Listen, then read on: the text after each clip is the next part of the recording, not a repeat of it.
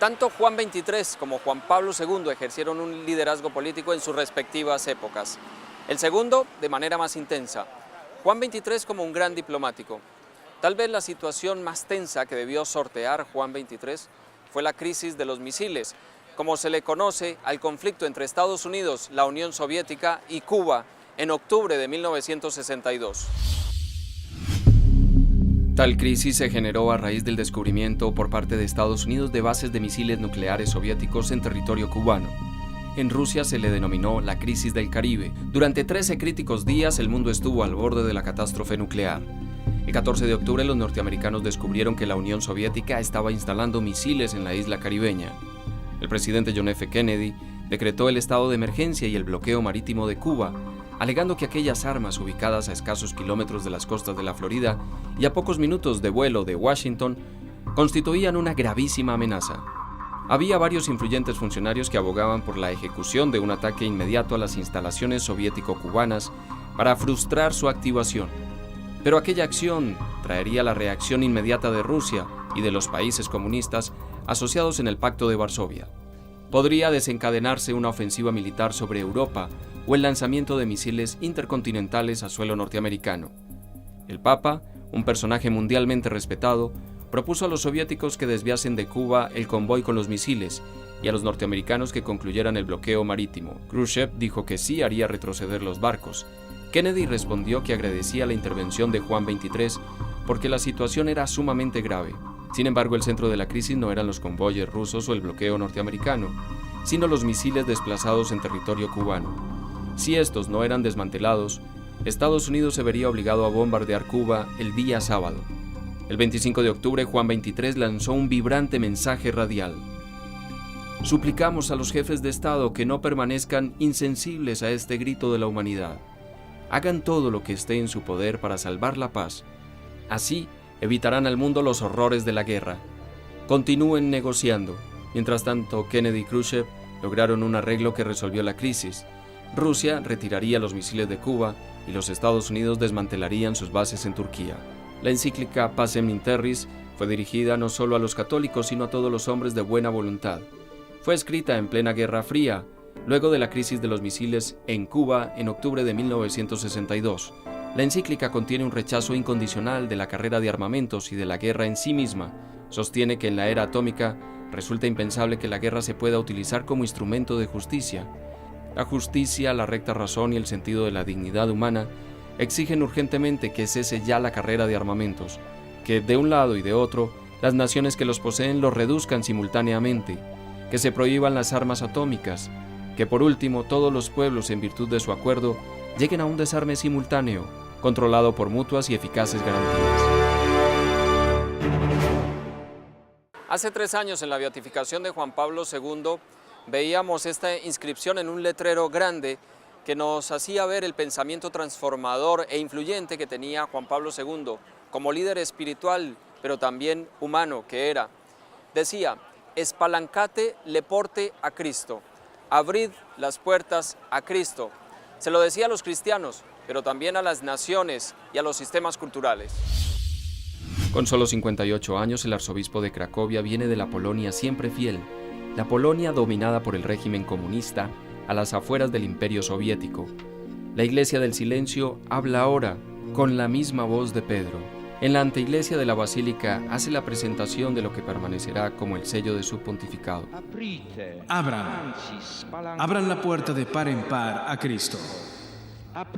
Abran las fronteras de los estados, los sistemas económicos como los políticos, los vastos campos de cultura, de civilización, de desarrollo. No tengan miedo. Es el grito que desbarata los estereotipos de culturas, políticas, economía, relaciones de fuerza y que se comienza a desmigajar desde los fundamentos como la cortina de hierro que con Europa divide el mundo en 2 esferas de poder. En el 91, desde el pendón más alto del Kremlin, se arria la bandera de la ex Unión Soviética. Es el fin de una trágica utopía, como lo había definido Juan Pablo II, pero muy pronto la realidad será muy diferente a las expectativas.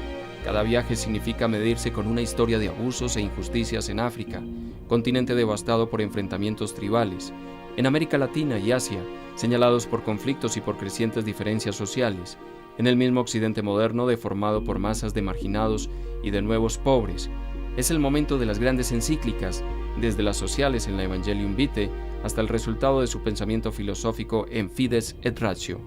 Es un pontificado de señales, de rodillas, frente a la celda del franciscano Padre Kolbe, víctima en los campos de concentración de Auschwitz. Es el primer papa que entra a una sinagoga y reduce la fractura con el pueblo hebreo. En Asís se encuentran los líderes de las más grandes religiones del planeta y sus súplicas fueron insistentes para alcanzar la paz. En Polonia, largos los caminos de la guerra. En Rusia, en el Medio Oriente, Monte Carlo, todo aquello que para mí es historia de mi vida.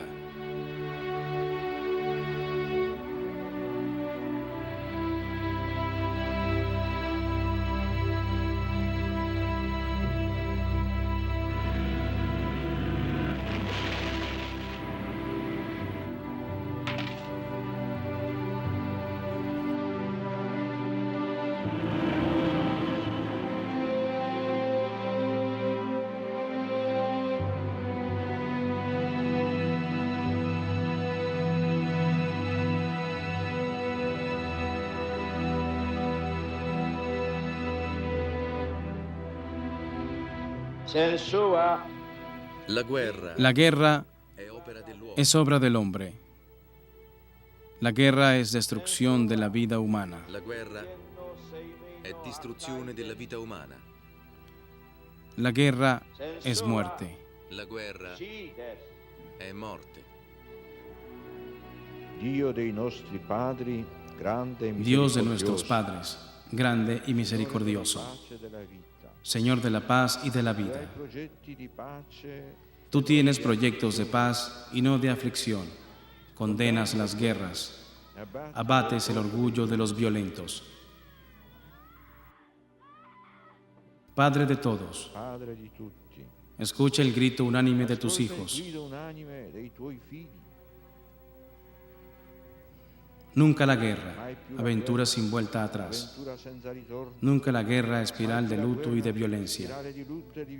Amenaza para tus criaturas en el cielo, en tierra y en mar.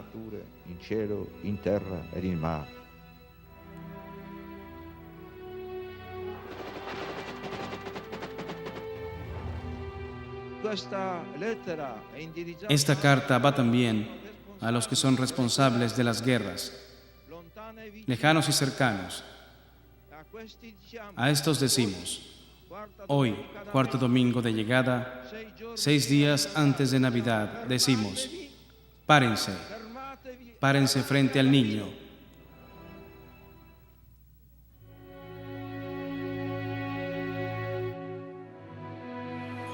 Desaconsejando cualquier forma de violencia, Juan Pablo II realizó innumerables llamados hacia la paz.